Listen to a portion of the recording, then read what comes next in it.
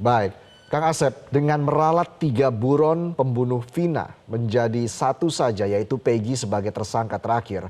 Apakah kasus ini bisa dikatakan sudah mencapai klimaksnya, Kang Asep? Bukan klimaks lagi ya, bukan malah anti klimaks, malah saya sebenarnya katakannya kontradiksi investigasi ya. Kenapa katakan saja kontradiksi? Kemarin malam di acara Metro juga saya katakan, coba bandingkan ya rekonstruksi oleh polisi yang dibuat, yang waktu para terpidana menyangkal ya tidak mau berperan, kemudian konstruksi hukum ya. Artinya peran-peran yang disebut 11 atau lebih dari ya orang sebanyak itu telah ada. Makanya dijatuhi hukuman maksimal ya. Ya artinya seumur hidup yang 8 tahun. Nah, sekarang tiba-tiba ada yang menghilang 2 padahal nama-nama itu disebut di situ. Itu kalau putusan itu terlepas ada yang setuju tidak setuju ya, dan walaupun itu sudah berkekuatan hukum tetap, itu fakta hukum. Artinya fakta hukum itu mengatakan ada pembunuhan dilakukan oleh lebih dari 1 orang ya. Dalam itu disebutin perannya dari si 3 yang disebut dalam hal ini adalah DPO. Nah, kita ingat juga dulu nih 3 orang ini dicabut karena disangkal oleh 5 orang itu. Nah, sekarang dibenarkan lagi, katanya ada cerita pengacara, bla bla bla gitu. Maka ditetapkan lagi. Cuman persoalannya kontradiksi 2 orang ini hilang itu menjadi masalah.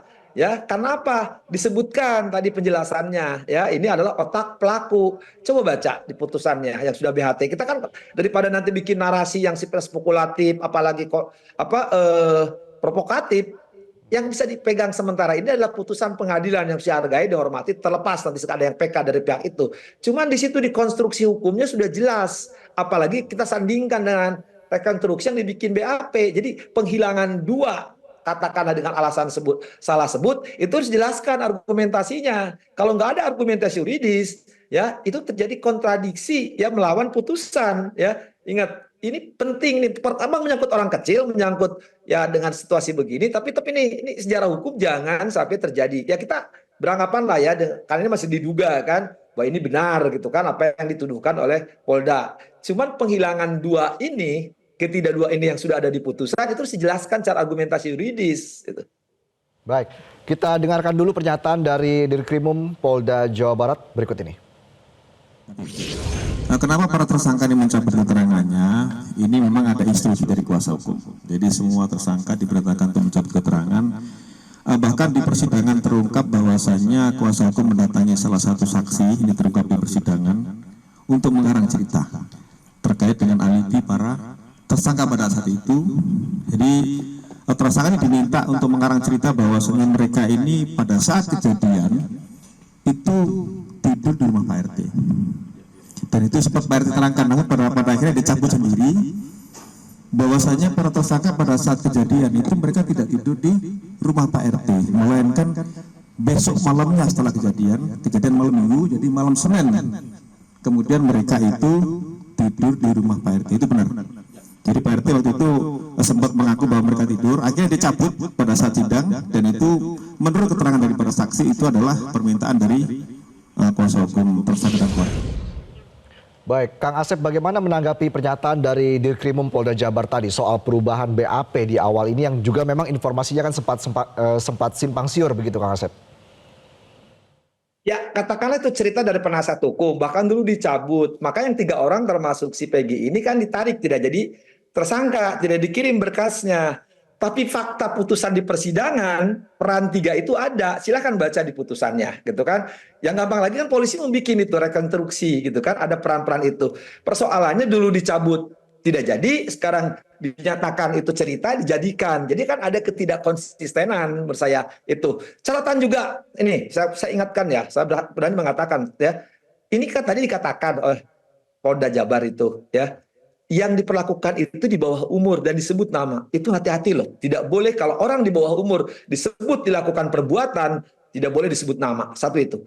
Kedua, pertanyaan lagi kalau lebih jauh lagi. Kalau dulu itu korbannya anak-anak di bawah umur, sekali lagi, dilakukan terhadap anak, dulu disangkakan pasal berapa? KUHP atau undang-undang terhadap anak. Itu juga konsistensi, coba dibuka. Maka saya katakan, ingat ya dulu bukan Reza, Tara, ya coba dibuka rekaman saya. Coba akurkan BAP, rekonstruksi ya dan konstruksi. Kemudian dan pernyataan hari ini gitu kan. Kan harusnya kalau supaya kita tidak dispekulasi ngomongnya sama omon-omon, istilah sekarang itu kan omon-omon kan. Nah, coba dicek di putusan, karena putusan suka nggak suka itulah fakta hukum. Ya fakta. Kalau fakta di polisi itu masih diduga, fakta di kejaksaan baru dituntut. Tapi kalau sudah jadi putusan harus res ajas, res judicata propirat habetur. Itu harus dihormati sepanjang mau dibatalkan. Faktanya peran yang lebih dari, sekarang katakan seolah jadi 9 kan pelakunya, bukan 11 lah. Padahal itu kan lebih dari 9. Nah kalau lebih dari 9 yang sisanya kemana gitu. Pelaku-pelaku lain kok. Nah, padahal di putusan ada. Terlepas putusan nanti di PK kan. Ada lebih penting lagi. Yang penting ini saya hanya menanyakan ke pihak kepolisian, apakah ini ada ajas Miranda Rule yang dianut pasal 52, 53, 54 dan 69 KUHP. Apakah selama pemeriksaan, ya karena tadi bahasa tubuhnya si Peggy itu nyangkal. Selama pemeriksaan damping penasihat hukum enggak? Kan itu kewajiban. Ya sekali lagi. Pas colong baca 54, 55 Junto 69 ya, KUHP menentukan setiap saat pemeriksaan tersangka wajib didampingi penasihat hukum. Bahkan kalau enggak ada, negara harus menunjuk. Ini ancamannya di pasal 21 ayat 4 lebih dari 5 tahun loh. Teman-temannya diputus umur hidup. Terlepas nanti perusahaan ada PK ya. Ini hati-hati karena ini akan semakin menunjuk kemana. Ini akan semakin kita berhak loh, kaum akademisi, kaum praktisi, para pengamat ya, mengeksaminasi perkara ini. Sekali lagi, inilah keterlibatan publik ya, bahwa ada partisipasi publik demi semua penegakan hukum. Jangan nanti keadilan bagi korban ya hanya karena tertentu, alasan tertentu. Maka saya bilang alasan pengadilan 2, kemudian juga pasal dakwaan, kemudian hati-hati ini korbannya ada di bawah umur, jangan sekali-kali menyebut nama. Baik, dengan hadirnya sosok Aep sebagai saksi kunci ini juga menarik ini, Kang Asep. Karena menurut salah satu kuasa hukum terdakwa saat persidangan, sosok Aep ini tidak bisa dihadirkan. Tapi sekarang sepertinya Aep memudahkan pekerjaan dari pihak kepolisian, Kang Asep. Oh, ya, kesaksian Aep. Nih, jadi saksi itu lihat pas ya di KUHP ya penjelasan 159 ayat 2. Jadi saksi itu wajib. Kalau enggak kena pidana. Dulu kenapa nggak dihadirkan? Yang lebih lucu dibacakan karena udah disumpah, ya. Tapi yang penting kan dia hanya menerangkan, dia lihat di tempat kejadian. Tapi pembunuhan itu dalam pidana kebenaran material. Apa yang dilakukan oleh masing-masing pelaku, katakanlah 11 atau katakanlah 9, ya. Ini harus ada yang lihat, dia dengar dan ketahui. Saksi itu lihat, dia dengar. Jangan lihat kejadian. Misalkan gini, ya, saya nusuk orang. Ada orang lihat di situ. Cuma setelah kejadian atau sebelum kejadian. Karena tanggalnya pernah dipertanyakan kan, jam 10 dan lebih jam 10 itu menjadi pertanyaan di kasusnya Rivaldi atau siapa dan sebagainya, itu yang orang tertukar katanya. Ini penasihat hukum dia menjelaskan satu terdakwa itu. Jadi jangan karena sekarang saksi mengatakan ada kejadian tapi tidak melihat tanpa didukung, sekali lagi bahasa KUHP-nya adalah kesesuaian dengan alat bukti lain, yaitu saksi-saksi. Ingat, saksi kan mengatakan iya, tidak, sekarang mengatakan iya. Jadi saksi yang tidak pernah konsisten juga ya dari para pelaku itu.